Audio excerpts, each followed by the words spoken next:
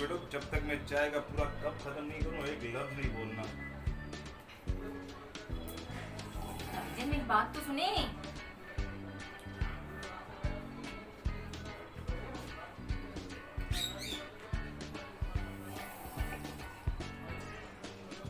हाँ अब बोल।